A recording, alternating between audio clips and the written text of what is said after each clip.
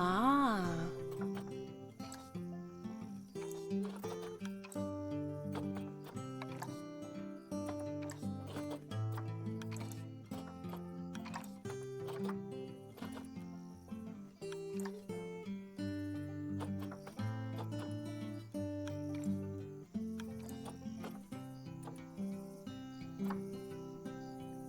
Oh.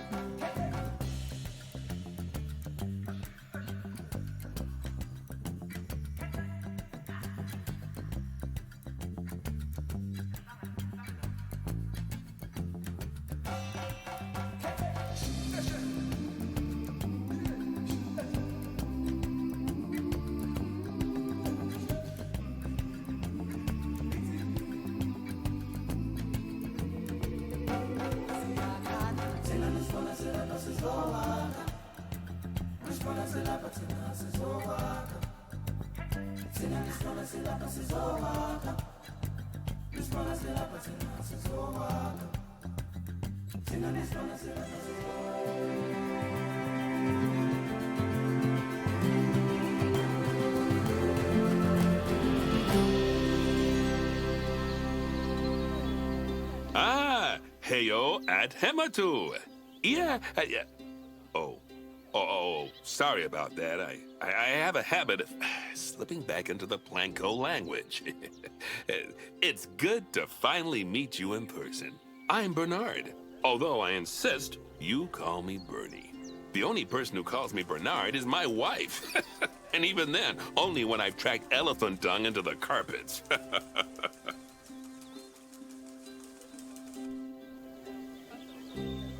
As you know, I own several zoos, but I always like to show people the ropes here at my home.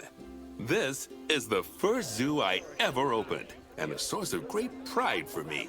And prides, thanks to a lion breeding program we ran in the 80s.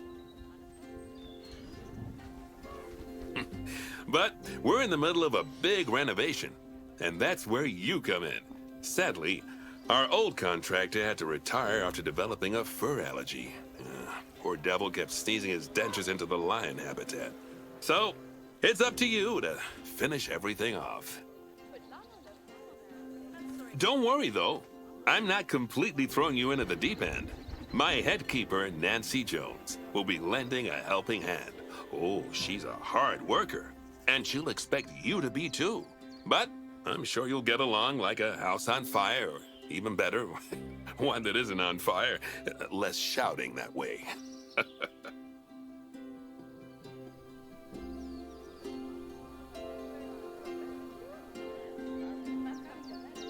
Hello there. From that rosy, fresh face of yours, I'm guessing you're Bernie's new hire.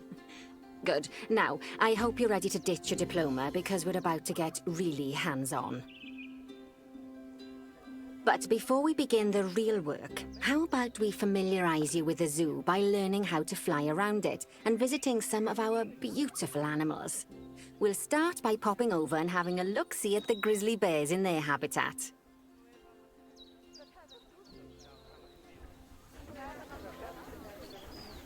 Did you know that grizzly bears, also known as Ursus arctos horribilis, can hibernate for up to 7 months a year? Oh, but then again, given the chance, I think a lot of people would do that too.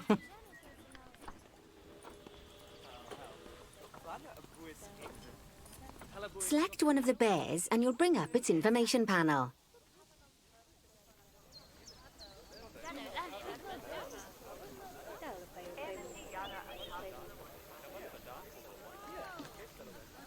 This is where you can find out all kinds of information about your animal. The most important thing being its overall welfare. You'll learn more about animal welfare today as we go through your objectives. But for now, let's enjoy this magnificent animal. Why don't you select the camera at the bottom of its information panel?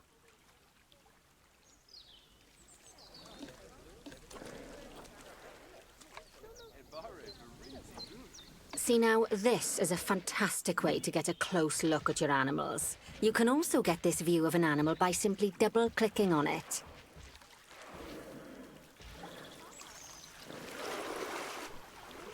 Okay, when you're ready, let's pop over to the other side of the zoo and take a look at the lions. I've marked their location for you to find.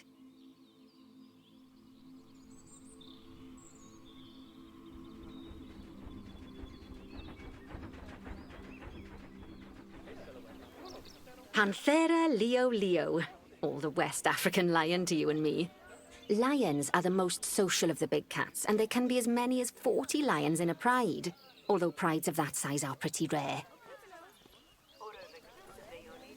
As Bernie would say, those lions are awesome, which is precisely why I handle the training instead these days.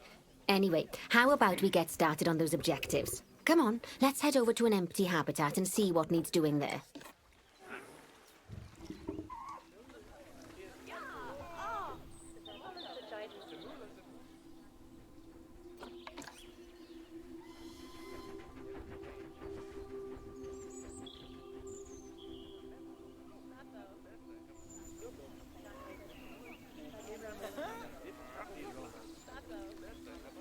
As you can see, it's a lovely space for animals, but it's missing a certain something.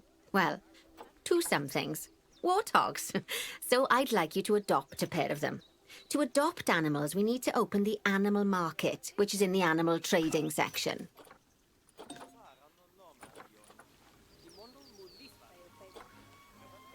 There we are, a pair of perfectly splendid warthogs for our zoo. Just click on them and select Adopt from the side menu. Normally, the animal exchange would be full of animals, but I've emptied out the market while you learn how it works. The last thing I need is you accidentally ordering a dozen elephants.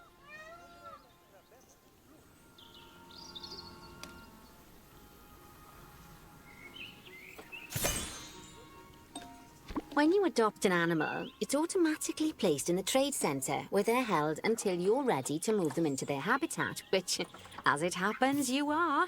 So how about you move them into their new home?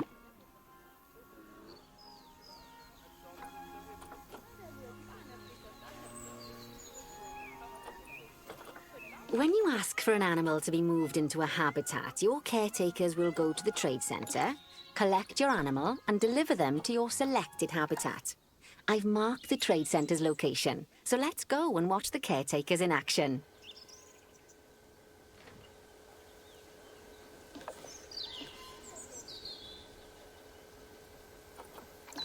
Well, as you can see, those caretakers don't hang about. They'll move those animals to their destination as fast as possible.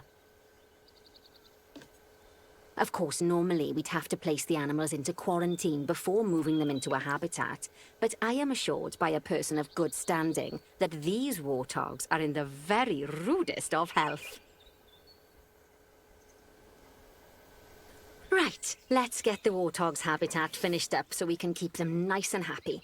You see, each animal in the zoo has an overall welfare statistic, basically how happy they are. And that overall welfare statistic is itself comprised of 4 different areas: nutrition, social health, habitat, and enrichment.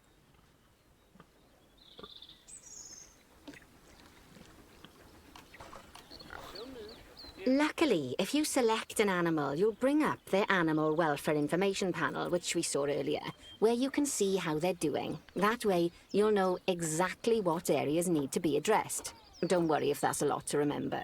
You can always check the Zoopedia for more information.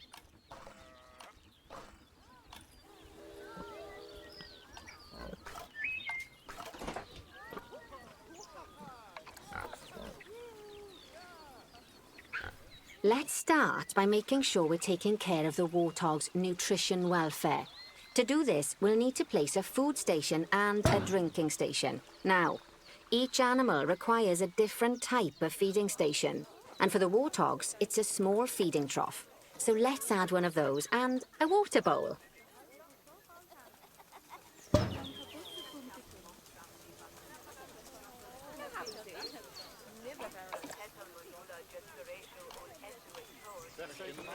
Animals also require stimulation to keep them happy.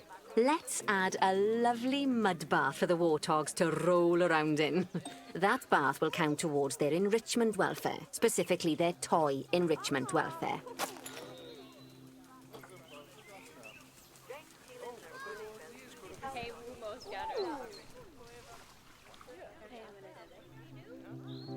Oh, nice work. You've got a knack for this, I see.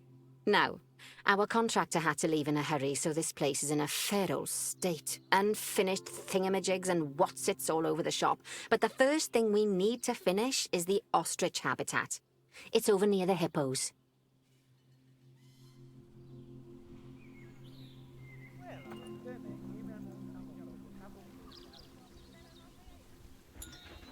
Oh, before we actually start building our ostrich habitat, let's pause the game. Just click the pause button in the bottom right corner.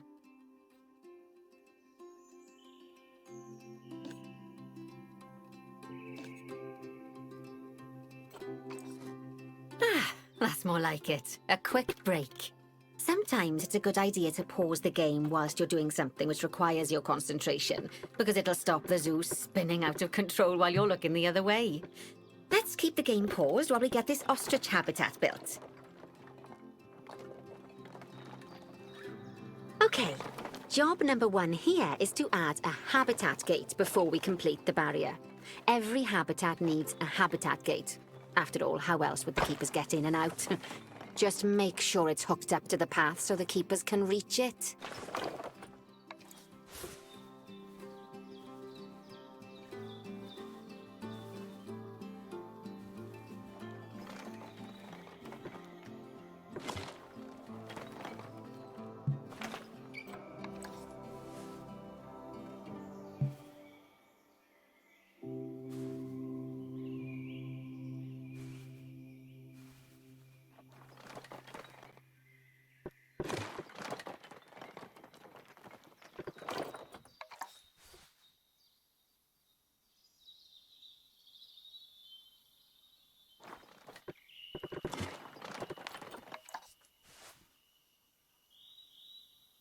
Right, let's complete the perimeter barrier so we can adopt us some ostriches.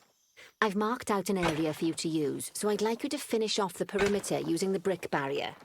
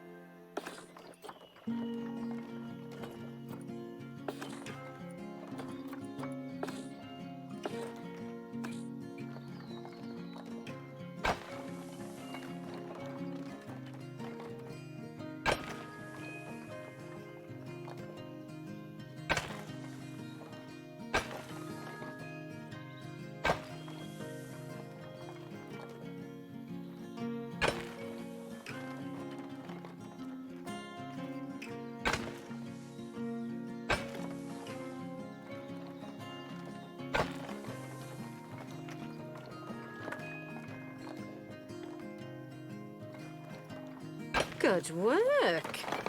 Remember, before you can place animals in any habitat, it has to have a full loop of connected barrier. Now, you've probably noticed that guests can't actually see into this habitat at the moment. At least not without a stepladder. But seeing as they're banned, I'd like you to select a piece of barrier and swap out the brick for a glass barrier, so the guests can see in.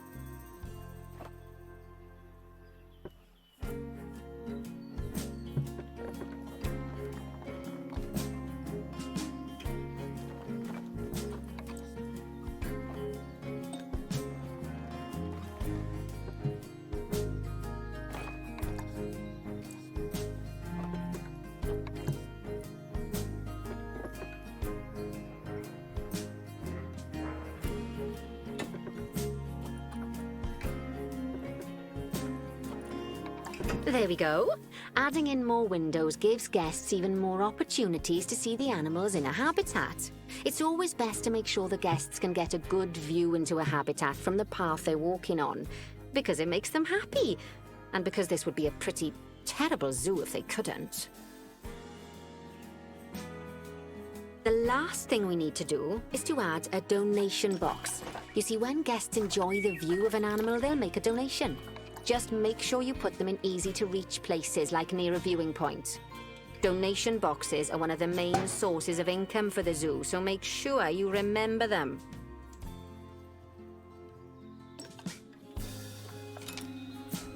By the way, as well as pausing the game, you can speed the game up by clicking on the fast forward button. It'll run everything at 2 times and 5 times faster. It can be useful, especially if you're waiting for money to accumulate or for animals to be delivered to your habitat. Personally, I use it when I'm waiting for a brew to finish. All right, you've finished the habitat, so it's high time we adopted those ostriches, don't you think? Let's get 4 of them in here.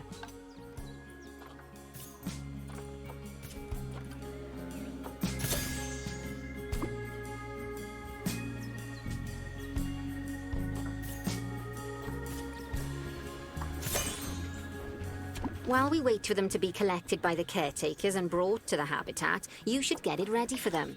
Add a suitable feeding station, water station, and an appropriate food enrichment item. It's often best to place things like enrichments and feeding stations near to the habitat perimeter, so guests can get a really good view of the animals.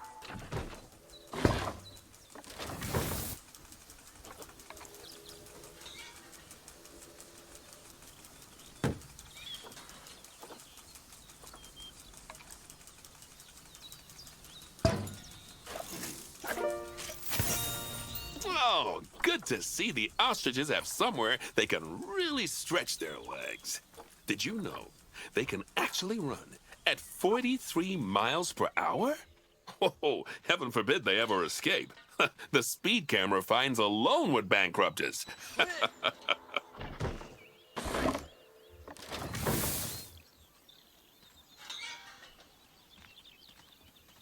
Well, Bernie certainly seems impressed. Did he do his speed camera joke? Every time we get an ostrich. So, now we've made the ostriches' lives a bit better, let's do the same for the keepers, shall we? To make it easier for the keepers to feed the ostriches and hippos, we should build a new keeper hut. Keeper huts are where the keepers prepare the food for animals, so they should be placed near to the habitats to make sure the keepers don't waste their time walking when they should be looking after the animals.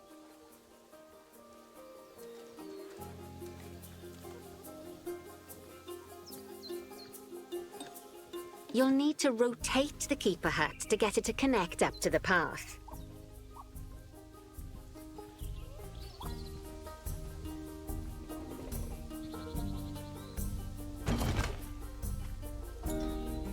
This keeper hut only has space for 1 keeper, but the larger keeper hut can allow multiple keepers to prepare food at the same time. Oh, but bear in mind that keeper huts and other staff facilities shouldn't be placed near to areas where there are lots of guests. Guests don't like seeing facility buildings, and it can affect their happiness negatively. In case that wasn't clear. Something that all facilities, shops, and a whole host of other objects need is power. And that obviously includes your newly built keeper hut. So let's place a transformer next to it, shall we?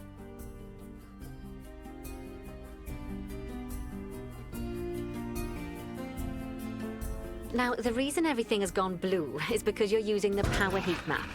This map allows you to see what is and what isn't powered in your zoo. So once you've placed your transformer, you can click in the bottom left to turn the heat map off.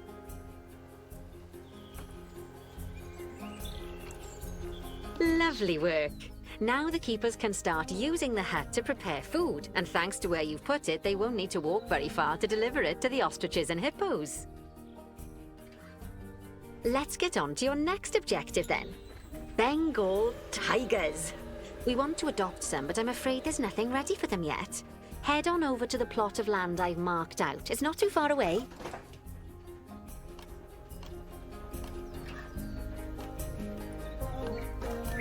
Righty, your next job is to build a habitat from scratch. And concrete and glass, I expect. So go ahead and build it. Just make sure that the habitat includes that big hole we've dug. Oh, and don't forget to add a habitat gate to the barrier. Oh, and make sure the guests will be able to see the tigers.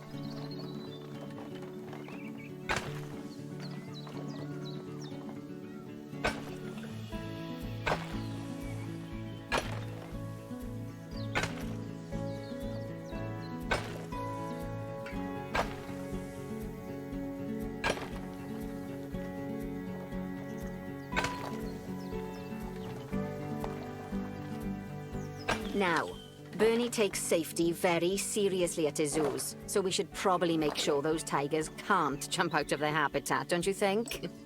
The way we'll do it is by changing the height of the habitat's barrier. Okay then, you should start by double-clicking the habitat barrier, which will take you into barrier editing mode.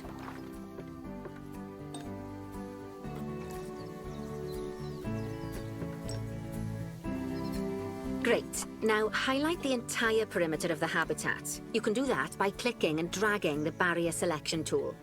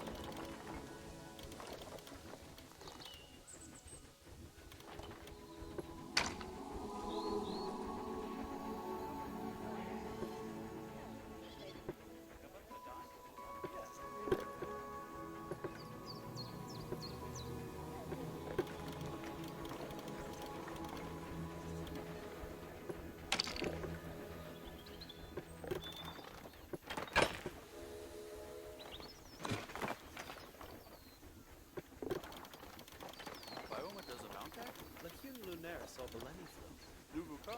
In Laesby? No, Mujana was Pela. I'm Sereno. Skessy. Namsa Natsuleos. Here.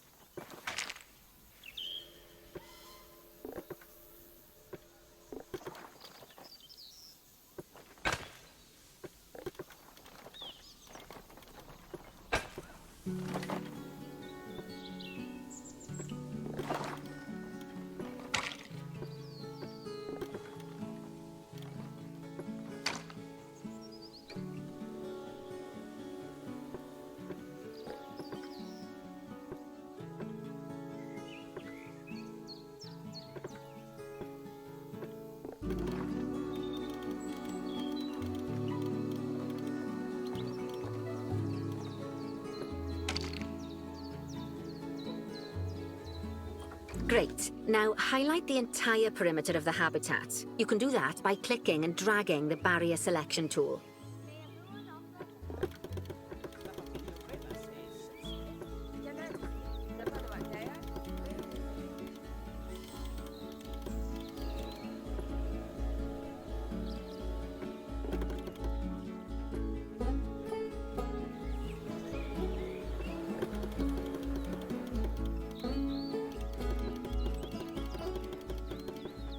Now you've got all of the perimeter selected, you can increase the height of it by clicking and dragging the barrier height tool upwards. You'll want to make sure it reaches a height of at least 3.7 meters.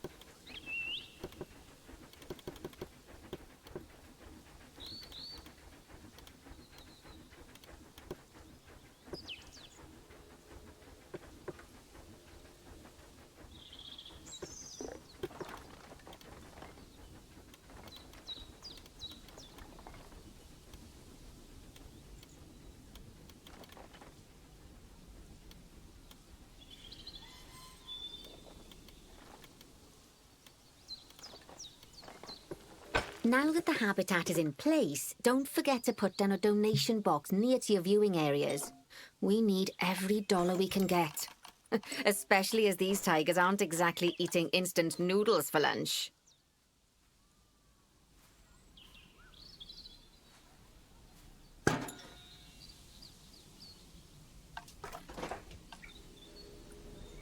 Okay, that's the habitat boundary complete, the habitat gate in place, and most importantly, the tigers won't be able to jump out of it anymore. I think it's time we adopted those tigers.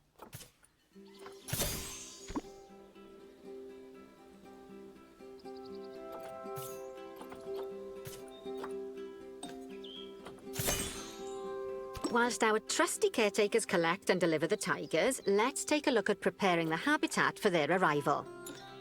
We'll start with the basics. Add a suitable feeding station for them.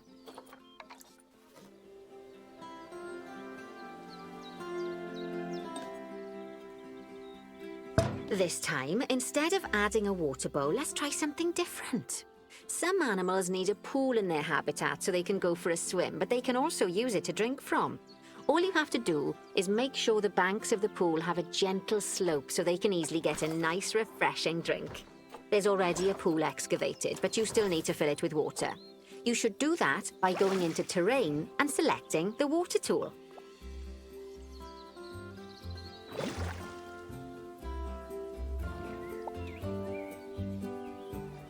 Yes, that'll do nicely. Of course, just like the warthogs and ostriches, these tigers will also need some enrichment. Why don't you add some suitable toy and food enrichment items into their habitat?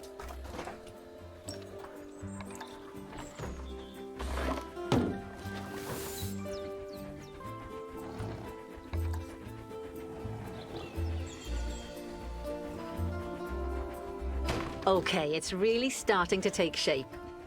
Now, the tigers will need a shelter in their habitat so they can hide from the guests, or more likely, the bad weather. Although given that we're in England, you might want to think of that just as normal weather. Go on, add a shelter to their habitat. You can either build one from various suitable bits and bobs, or if you like, just pop down the blueprint that I've already built for you.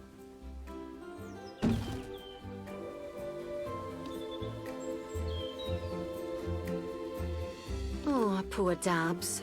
I'm sure it can't have escaped your attention that the tigers look a bit miffed. That's because they aren't too keen on the type of terrain in their habitat. Select a tiger and bring up its information panel.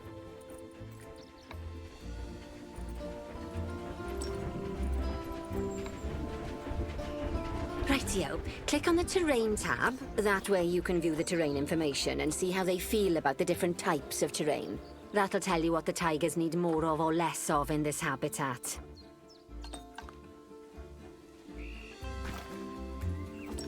Okay then, open the Terrain Editing tool, select Painting, and give them some more soil. Yes, that should help with the habitat part of their welfare.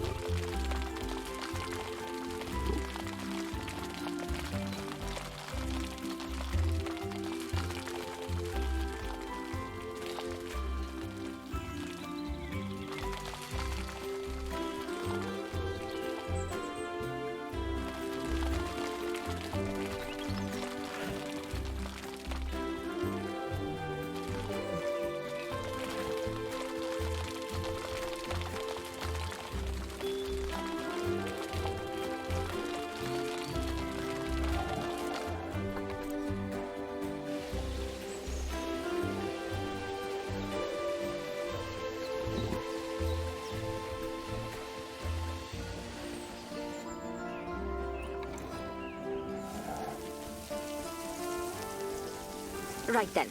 All animals need plants and trees from their own biome or continent. You know, deserts, savannas, Eurasia, Europe, that sort of thing.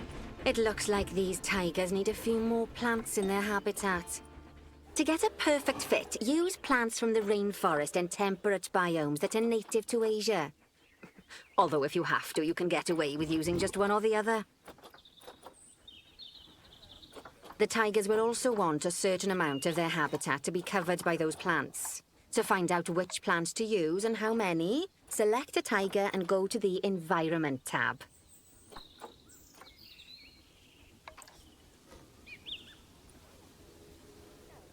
Now, as you can see, some of the plants currently in the habitat aren't quite right for the tiger, like the wattle bushes. You can remove them if you want. You can find all of the plants you need in the nature section, and you can use the filters to only show the types of plants you want to see. In this case, that's plants from the rainforest or temperate biomes.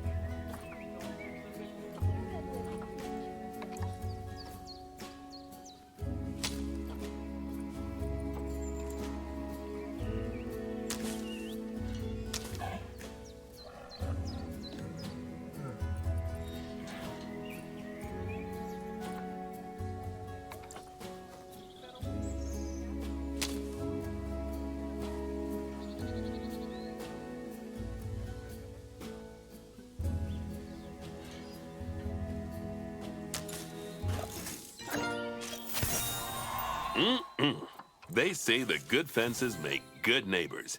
I guess that's doubly true when one of the neighbors is a Bengal